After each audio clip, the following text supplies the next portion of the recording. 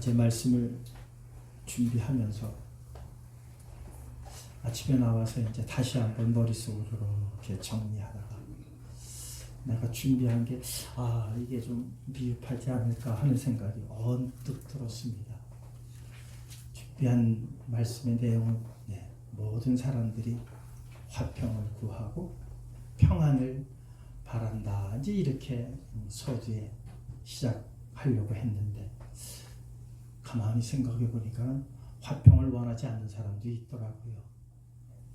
전쟁을 원하고 뭔가 분열을 원하고 뭔가 평화가 깨지는 것을 원하는 사람도 전혀 없는 것은 아니구나. 그런 생각이 언뜻 들었습니다. 우리는 일반적으로 많은 사람들이 모두가 다 평화를 원하고 안정을 원하고 고난이 없기를 바랄 것이라고 그냥 저도 그렇게 생각만 했는데 가만히 보니까 어떤 사람은 술만 먹으면 시비 걸고 싸움 걸고 싸우지 못해서 안다라는 사람이 있는가 하면 또 저 북한의 한 집단은 그저 그냥 세계를 향해서 이리 치받고 저리 치받고 하는 그러한 집단도 있는 것을 보면 다 세상 사람들이 우리 마음 같지는 않구나 하는 생각을 언뜻 했습니다. 그러나 이 세상에 60억이 넘는 인구 중에 그런 사람들이 몇 명이나 있겠습니까? 극히 예외적인 것이겠죠. 그죠? 그런 사람들이 많으면 어떻게 살겠습니까? 그래도 대다수가 평화를 원하지요. 안녕을 꾀하고요. 모두가 고통이 없고 환난이 없는 그러한 세상이 되었으면 좋겠다라고 하는 기대를 우리 모두 대부분의 사람들 정말 극소수 일부를 제외하고는 모두가 그런 생각과 그런 마음으로 살아갈 겁니다. 그래서 기독교가 아닌 다른 종교에서도 모두가 무엇을 기원합니까? 평화를 기원합니다. 평안을 기원합니다. 우리말 가운데 인사도 안녕하세요 하는 그 안녕이라는 것도 그런 내용에 다 들어가 있는 그 내용을 함축하고 있는 그러한 인사말이기도 합니다. 이렇게 모든 사람들이 안정을 구하고 평화를 원하고 고통과 환난을 원치 않는 그러한 우리의 바램과는 달리 이 세상은 항상 요동치고 있죠. 언제 무슨 일이 내게 닥칠지 모르는 그러한 유혹 속에서 우리 모두는 살아가고 있습니다. 그것을 부인하는 사람은 아무도 없을 겁니다. 그러니까 늘 불안합니다. 나이 많이 잡수신 할머니도 60 다 된 아들이 나가면은 얘야 차 조심해라 해야 할 정도로 우리 주변에는 늘 위협이 존재하고 있습니다. 사고가 언제 어느 곳에서 터질지 모르는 그러한 불안한 속에서 살아가는 것이 오늘 우리의 현실입니다. 그 속에서 우리가 아무 일 없기를 바란다는 것 이거는 욕심일 뿐입니다. 이루어질 수 없는 일들을 바라고 있는 한낱 욕심에 불과한 일이라는 겁니다. 애써 잊으려고 하고 애써 생각 안 하려고 해서 그나마 마음의 평안을 유지하는 것이지 아무 근심이 없고 아무 일 없을 것이라고 확신하는 가운데에 평안한 사람이 이 세상의 정상적인 사람 가운데 누가 있겠습니까? 그렇지 않아요?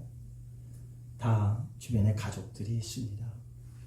가족들이 늘 한 방 안에서만 모여 살면 되겠지만 각자의 일을 하기 위해서는 다 흩어집니다.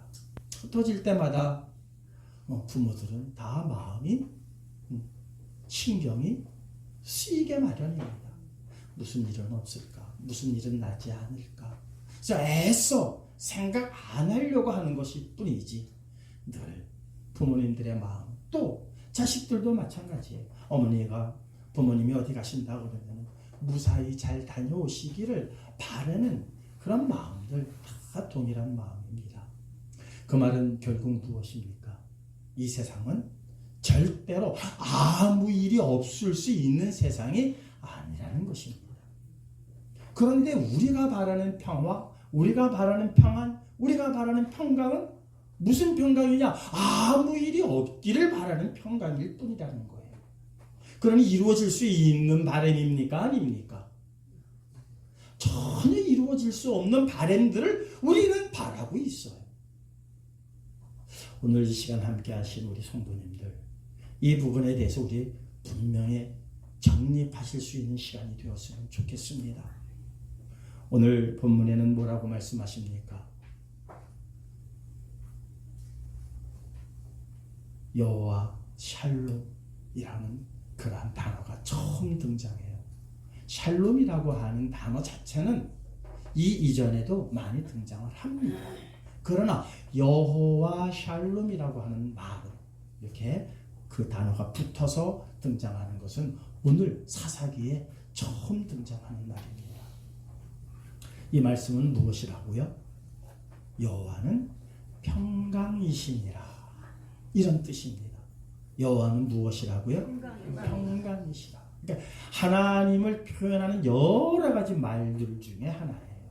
하나님의 속성을 얘기하는데 뭐 여호와 이레, 뭐 여호와 라파, 뭐 여러 가지 말들이 있지 않습니까?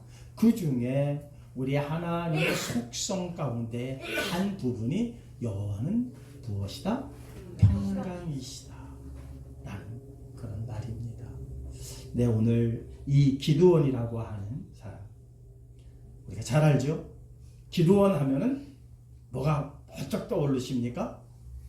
300명을 가지고 미디안의 적군 12만 명과 싸워서 이긴 용사, 이렇게 우리는 생각합니다. 그래서 기드온이라고 하는 이 사사는 대단한 영웅으로 생각을 합니다.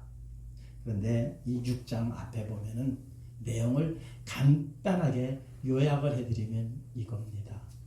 이스라엘 사람들이 이제 추수할 때가 되기만 하면 누가 쳐들어오냐면은 미디안 사람들이 들어오는 거예요.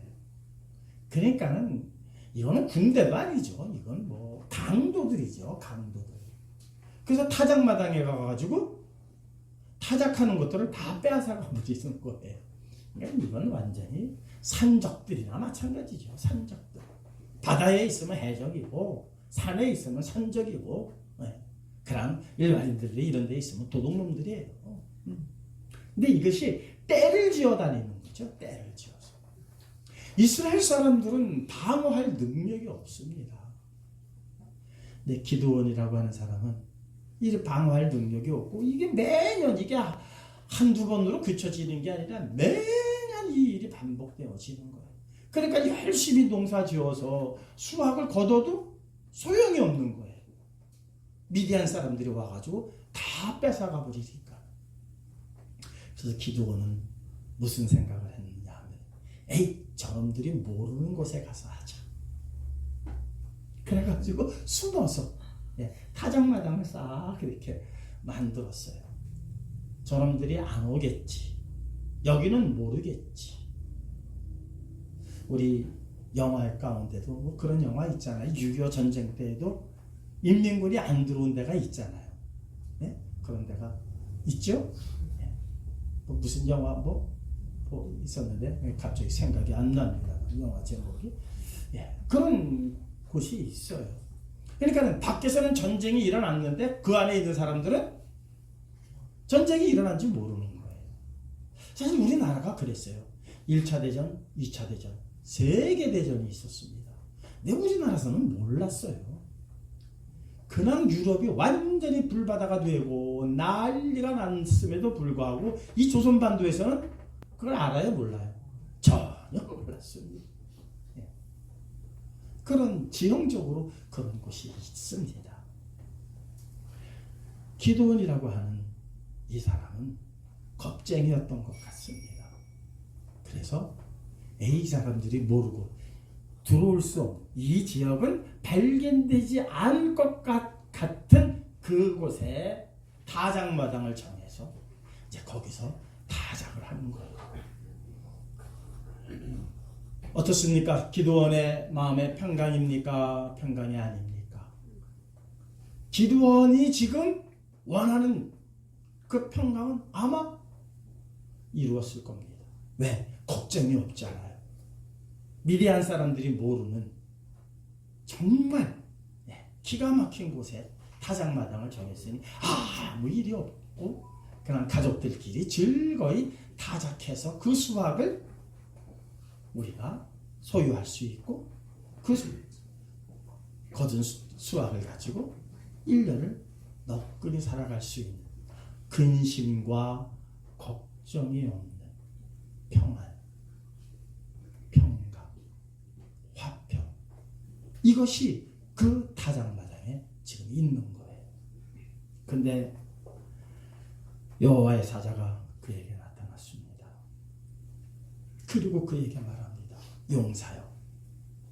용사가 아니거든요. 겁쟁이잖아요. 그래서 숨었잖아요. 용사라면 어떻게 해야 돼요? 미디안과 싸울 준비를 했어야 용사지요. 그런데 여호와의 사자가 용사요. 참 걸맞지 않죠? 성경에는 이렇게 걸맞지 않은 이야기들이 많아요. 베드로에게도 말씀하실 때에 참 걸맞지 않는 그러한 말씀을 하시죠. 너는 반석이라. 내가 내 위에 내 집을 세우리라. 그러자마자 조금 있다가 사탄아 내 뒤로 물러가라. 너는 사람의 생각을 하는 거로 하나님의 일을 방해하는 자로구나. 도대체 그 사람의 지금 현재 상황과는 걸맞지 않은 그러한 명칭을 줄 때가 많습니다. 오늘 이 자리에 함께 하신 우리 성도님들, 하나님께서는 뭐라고 부르십니까? 내 사랑하는 자녀들아, 이렇게 부르십니다. 근데 한번 스스로 생각해 보세요. 하나님의 자녀가 될 자격이 우리에게 있습니까? 그죠? 없죠? 나는 자녀 될 자격이 있습니다. 이러면은 그것도 교만이지요. 우리에게는 그런 자격이 없음에도 불구하고 오늘 하나님께서는 우리에게 뭐라고 말씀하십니까? 내 사랑하는 자녀들아, 이렇게 부르시는 것처럼 기드원에게 뭐라고 부르셨나 봤더니 용사여. 참 기드원으로서는 감당할 수 없는 아마 그런 명칭이었을 겁니다. 그리고는 이제 미디안과 싸울 것을 요구하십니다. 기드원이 어이구, 저는 참 우리 가문을 보면은 우리 가문에서 그런 사람이 없습니다. 그 중에서도 저는 제일 작은 사람입니다. 저는 제일 작은 사람.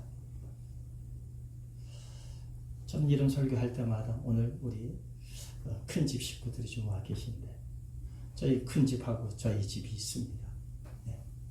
큰 집에서도 작은 집에서도 제가 제일 막내예요. 제일 막내. 작은 집에서 제일 막내. 그래서 우리 조카님들하고 나이 차이가 별로 안 나요.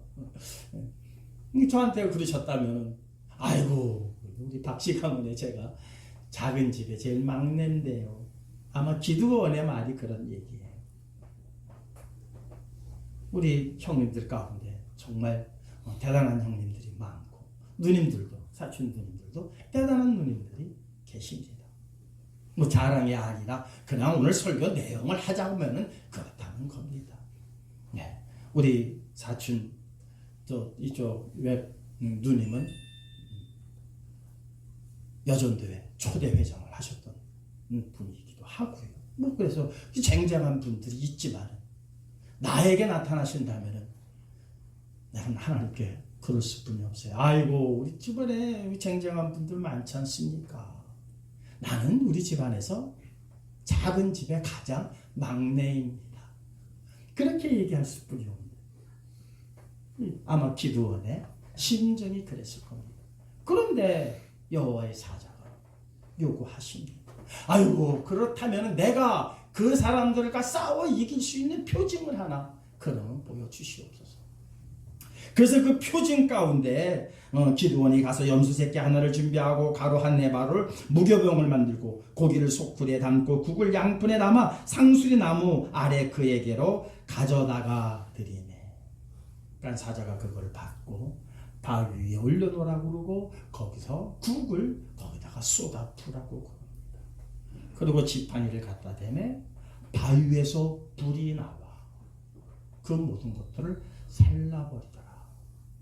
그것이 이제 너는 용사다. 내가 너와 함께 하겠다. 너는 미디안과 싸우라. 내가 싸워 이길 수 있는 표징이 뭐가 있습니까? 표징을 보여주시옵소서 했을 때에 이제 여호와의 사자가 바위 위에 올려놓은 음식을 지팡이를 갖다 대면 바위 위에서 불이 나와서 확 살라버리더라. 어때서요 여러분? 멋지죠? 이 장면 생각하면 멋지죠? 그런데 기드온이 놀래 자빠집니다. 그냥 가만히 내버려 두면 평화로운 마을입니다. 평강이 그냥 유지되는 마을입니다. 그런데 느닷없이 하나님의 사자가 나타나서 미디안과 싸우라고 명하시고 내가 너를 용사로 세울 것이라고 하시고 거기까지는 다 좋습니다. 이런저런 생각과 이런저런 마음가짐으로 한번 해보려는 그러한 생각도 들 수 있을 것이죠. 문제는 뭐가 문제였느냐? 기드온에게 두려움은 뭐였느냐? 미디안과 싸울 것에 대한 두려움이 아니라 내가 하나님의 사자와 대면하여 보았사오니 이게 두려웠다는 겁니다. 이때 하나님을 배우면 어떻게 되는 거예요? 죽는 겁니다. 죽는다라고 모두가 그렇게 생각하고 있었고 그의 생각은 완전히 그를 사로잡고 있었습니다. 평화로운 마을이었습니다. 아무 근심과 걱정이 없었습니다. 미디안의 침략은 도저히 있을 수 없는 정말 오지였습니다. 걱정이 없는 그곳에 갑자기 근심거리가 나타났는데 그것도 그냥 미디안에 대한 근심이 아니라 여호와의 사자를 대면하여 봄으로 죽음에 대한 두려움이 그에게 갑자기 밀려온 겁니다. 사랑하는 성도 여러분, 기드온이 겪은 것은 우리가 생각하는 일반적인 두려움이 아니었습니다. 죽음 앞에 놓인 그러한 두려움이었습니다. 왜? 이것은 없어졌고 그렇게 말하시는 분은 갑자기 사라졌습니다. 그리고 하늘에서 음성이 납니다. 그 음성에 그는 두려워 떨고 있었습니다. 그때 여호와께서 뭐라고 그러십니까? 두려워 말라. 안심하라. 내가 죽지 아니하리라. 사랑하는 성도 여러분, 이 평강이 여러분들에게 있으시기를 원합니다. 아멘. 이 일로 인해서 기드온은 바로 그곳에 제단을 쌓고 뭐라고 말하는가 봤더니 여호와 샬롬, 하나님은 평강이시니라. 다시 말하자면 기드온이 어떤 것을 얻었다는 거예요? 마음에 평강을 얻었다는 거예요. 그러면은 여호와 사자를 대면하기 이전의 평강은 뭐였어요? 그건 평강이 아니죠. 위험을 피해서 아무 일 없기를 바랬던 그것은 평강에 끼지도 못하는 거예요. 평강이란 말할 수 없는 거예요. 기드온이 느낀 그 평강은 무엇을 대면한 이후의 평강입니까? 죽음을 대면한 이후의 평강입니다. 그 이전의 평강은요, 언제든지 무너질 수뿐이 없는 평강입니다. 우리 여기서 우리끼리만 아무 일 없으면 돼 하지만은 아무 일 없을 수가 있습니까? 언제든지 발각될 수뿐이 없고 발각이 되면은 모두가 다 또 어려운 고통을 겪어야 하는, 그러나 지금 잠시 알려지지 않는 그곳에서의 평강, 평화, 이거는 진정한 평화가 아닙니다. 기드온이 여호와 샬롬이라고 했던 이 평강은 죽음의 문턱까지 갔던 그에게 하나님이 주시는 평강이었습니다. 안심하라, 두려워하지 마라. 내가 죽지 아니하리라 하신 그 말씀에 그는 마음에 평강을 얻었습니다. 자, 하나님께서 죽지 아니하리라 하신 그 평강을 얻은 그가 용사가 됩니다. 그때부터 뭐가 두렵겠습니까? 그를 두렵게 하는 세상에 그 어떤 것이 있을 수가 있겠습니까? 전혀. 그를 두려움의 나락에 떨어뜨릴 수 있는 것은 이 세상에 존재하지 않게 되어집니다. 우리가 지금 생각하는 평강, 저녁에 좀 이렇게 가정에서 좀 편안히 TV를 켜놓고 좀 평화를 즐기는 그 평화, 그거는 진정한 평화가 아닙니다. 식구들끼리 오손도손 앉아서 식사하며 함께하는 그 평화, 그것 또한 진정한 평화가 되지 못합니다. 갑자기 무슨 일로, 어떠한 사고로, 외부의 어떠한 일들로 인해서 언제 깨질지 모르는 유리장과 같은 평화일 뿐입니다. 그러나 하나님께서 말씀하시는 평강은 그런 평강과는 전혀 차원이 다른 하나님의 평강이라고 말씀하십니다. 그러니까 하나님께서 이 평강이라고 하는 말씀을 할 때는 항상 이런 유혹, 이런 유형, 이런 거 앞에다가 두고 이스라엘에게 평강을 말씀하시는 것을 우리는 늘 볼 수가 있습니다. 우리 한번 말씀 찾아보시겠습니다. 이사야서 26장 1절에서 3절입니다. 우리 함께 읽도록 하겠습니다. 그날에 유다 땅에서 이 노래를 부르리라. 우리에게 견고한 성읍이 있으며 여호와께서 구원을 성벽과 외벽으로 삼으시리라. 너희는 문을 열고 신에 지키는 의로운 나라가 들어오게 할지어다. 주께서 심지가 견고한 자를 평강하고 평강하도록 지키시리니 이는 그가 주를 신뢰함이니이다. 사랑하는 성도 여러분, 심지가 견고하다는 얘기는 뭡니까? 그냥 가만히 있는 상태에서 심지가 견고하다고 하지 않죠. 주변이 시끄럽고 주변이 지금 흔들리고 주변이 지금 어지러운 상태임에도 불구하고 심지가 견고하다는 겁니다. 그러니까 심지가 견고하다는 것은 지금 주변 상황은 이 견고함을 무너뜨리려고 하는 일들이 다반사로 일어나고 있는 상황이라는 거예요. 그러한 어려움, 그것을 우리는 환난이라고도 하고 고난이라고도 합니다. 그럼에도 불구하고 심지가 견고한 것이죠. 그에게는 하나님의 평강이 있을 것이라고 성경은 우리에게 그렇게 일러주고 있습니다.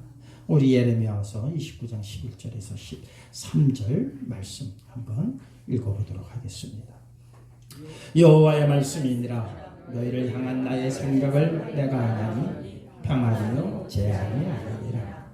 너희에게 미래와 희망을 주는 것이라. 너희가 내게 부르짖으며 내게 와서 기도하면 내가 너희들의 기도를 들을 것이요 너희가 온 마음으로 나를 구하면 나를 찾을 것이요 나를 만나리라. 예레미야서 29장의 상황은 어떤 상황입니까? 이스라엘이 풍전등화의 상황이었습니다. 언제 꺼질지 모르는, 언제 사라질지 모르는, 언제 모든 주권을 잃고 바벨론이라고 하는 나라에 모두가 잡혀가야 하는 그러한 상황이었습니다. 얼마나 불안에 떨고 있습니까? 얼마나 힘들어하고 있습니까? 여기저기서 아우성이 터집니다. 여기저기서 원망 소리가 터져 나옵니다. 예레미야 선지자는 얘기를 합니다. 바벨론으로 끌려가도록 하라. 그것이 여호와의 뜻이니라. 그럴 때마다 여호와에게 예레미야에게 돌을 던지려고 하고 예레미야를 가두려고 하고 예레미야의 입을 틀어막으려고 하는 일들이 다반사로 벌어지고 있을 이때입니다. 그때에 말씀하시는 겁니다. 예. 여호와의 말씀이니라 너희를 향한 나의 생각을 내가 하나니 평안이요 재앙이 아닙니다. 지금 그들은 재앙으로 알고 있습니다. 바벨론이 들어와서 그들에게 끌려가라고 하시는 그 이야기는 그들에게 재앙이 아니겠습니까? 그런데 하나님은 그게 재앙이 아니다. 뭐하다? 평안이라는 거. 그게 평강이라는 겁니다. 그러니 우리가 생각하는 평강하고 하나님께서 말씀하시는 평강이 얼마나 차이가 큰지 모릅니다. 우리에게 재앙이 닥치기도 합니다. 우리에게 어려운 일이 닥치기도 합니다. 우리에게 고난이 오기도 합니다. 여러 가지 우리는 힘들고 어려운 일들에 막닥뜨립니다. 우리는 그것 때문에 불안해하고 그것 때문에 좌절하고 그것 때문에 힘들어하고 그것 때문에 눈물 짓기도 합니다. 그런데 하나님께서 말씀하십니다. 내가 너희를 향한 생각을 내가 한다. 내가 너희를 왜 재앙 가운데 버려두겠느냐. 나는 너희가 무엇하기를 원한다? 평안하기를 원한다. 평강하기를 원한다. 그런데 하나님이 이게 평강입니까? 우리는 늘 이거 아닙니까? 우리에게 평강을 주시려면 이거 없애주시는 게 평강이 아닙니까? 우리는 그것 때문에 늘 울부짖지 않습니까? 그런데 하나님께서는 아니다. 그게 평강이다. 그 안에서 평강을 찾도록 하라. 그 안에서 평강을 찾으면 너희는 그 이후에 어떠한 상황 속에서도 흔들리지 않는 참다운 평강을 너희가 맛보리라. 이게 성경이 무수하게 얘기하고 있는 평강, 샬롬이라고 하는 단어가 나올 때마다 샬롬이라고 하는 그 단어 주변의 모든 상황과 정황을 보면 우리가 생각하기에는 환난이요 고통이 그러한 상황이었습니다. 그 안에서 하나님께서는 평강을 말씀하시고 평안하기를 원하고 계시더라는 겁니다. 우리 요한복음 4장입니다. 14장 26절 27절까지 말씀 우리 함께 읽겠습니다. 보혜사 곧 하나님께서 내 이름으로 보내실 성령 그가 너희에게 모든 것을 가르치시고 내가 너희에게 말한 모든 것을 생각나게 하리라. 평안을 너희에게 끼치노니 곧 나의 평안을 너희에게 주노라. 내가 너희에게 주는 것은 세상이 주는 것과 같지 아니하니라. 너희는 마음에 근심하지도 말고 두려워하지도 말라. 내가 주는 평안은 어떤 평안이라고요? 세상이 주는 것과 다르다. 여기서의 세상은 코스모스라고 표현이 되어 있습니다. 코스모스, 온 우주라는 겁니다. 우주라는 것은 무엇을 얘기합니까? 하나님께서 만드신 피조물을 얘기하는 것이죠. 하나님이 만들어 놓은 피조물 안에서 평강을 찾으려 하지 말라는 겁니다. 우리는 이 세상에서 자꾸 평강을 찾으려고 합니다. 이 세상에서 안정을 도모하려고 합니다. 그것이 안정한 것이고 그것이 평안한 줄 압니다. 그러나 주님께서 말씀하십니다. 내가 너희에게 평안을 주노라.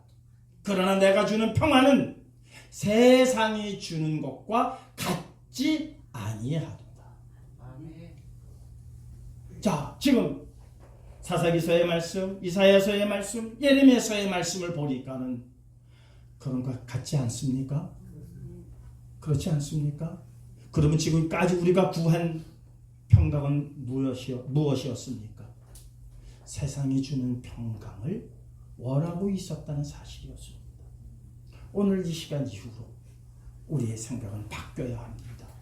여호와 샬롬이라고 한다면 하나님은 평강이시니라라고 하는 이 단어를 우리가 떠올린다면 우리는 세상이 주는 평안을 가지고는 만족해서 안 됩니다.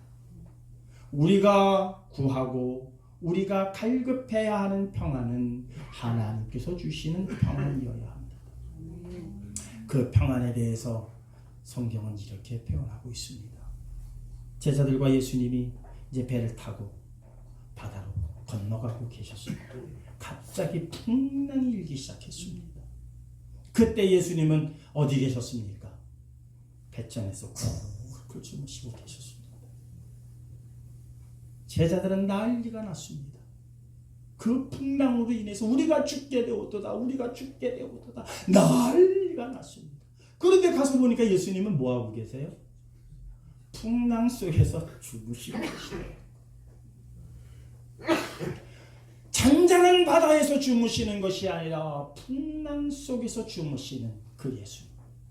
무엇을 말해주고자 하시었습니까? 참 예수님은 참 성격도 참 대단하시다. 그걸 보여주기 위함이었습니까? 야, 이 풍랑 속 얼마나 피곤하셨으면 이 풍랑 속에서 주무셨을까? 이것을 알으라고 예수님이 얼마나 우리를 위해서 피곤했는지를 알려고 이 말씀을 기록해 놓으셨겠습니까? 아니지요. 그는 평강의 왕이라고 이사야서 9장 6절에서 7절에 기록되어져 있습니다. 예수님에 대한 예언입니다. 함께 읽겠습니다. 이는 한 아기가 우리에게 낳고 한 아들을 우리에게 주신 바 되었는데 그의 어깨에는 정사를 메었고 그의 이름은 기묘자라 모사라 전능하신 하나님이라 영존하시는 아버지라 평강의 왕. 누구에 대한 예언입니까? 예수님에 대한 예언. 풍랑 속에서 주무세요. 성격이 좋아서 주무셨습니까? 너무 피곤해서 풍랑이 일던 말던 아우 나는 지금 졸려 죽겠어 하고 주무셨습니까? 아니라는 거죠. 그분은 평강의 왕이시기 때문에 어떤 풍랑도 그분을 불안케 할 요소가 없다는 겁니다. 전쟁의 포화도 그를 불안케 할 요소가 못 된다는 겁니다. 로마 군병이 때리는 뺨따구 그리고 채찍 이것 때문에 그분의 평강이 깨어지지 않는다는 거죠. 그분을 향한 손가락질, 침뱉음 이 모든 것들 때문에 그분의 마음이 요동하지 않는다는 겁니다. 얼마나 대단합니까? 오히려 그들을 위해서 용서를 구하시는 이 평강. 여러분 우리 이 평강에 이르러야 되지 않을까요? 아멘. 우리가 정말 구해야 할 평강이 바로 이 평강이 아닐까요? 우리는 지금까지 너무나도 엉뚱한 평강을 구한 것 아니겠습니까? 우리의 믿음의 차원이 한 차원 한 차원 더 높아지시기를 주님의 이름으로 축원합니다. 심지가 견고한 자에게 하나님께서 평강을 주신다고 그랬습니다. 아무 일이 안 일어나는 평강이 아니라 천지가 개벽되는 상황 속에서도 하나님이 주시는 평강을 받은 자들, 여호와 샬롬이라고 말할 수 있는 자들, 전혀 흔들리지 않는다는 겁니다. 전혀 마음의 두려움이 엄습하지 못한다는 겁니다. 그에게 주신 하나님의 사랑 아무도 끊을 자가 없다고 성경은 그렇게 로마서에 표현하고 있습니다. 이 평강, 이 시간 이후로 다 누리실 수 있는 우리 모두 되시기를 주님의 이름으로 축원합니다. 이제 우리가 구할 평강은 이런 평강이지 세상의 평강이 아닙니다. 이후로부터 이 평강을 구하고 이 평강 얻기까지 부단히 노력하시고 부단히 하나님의 말씀에 순종하실 수 있는 우리 모두 되시기를 다시 한번 주님의 이름으로 축원합니다.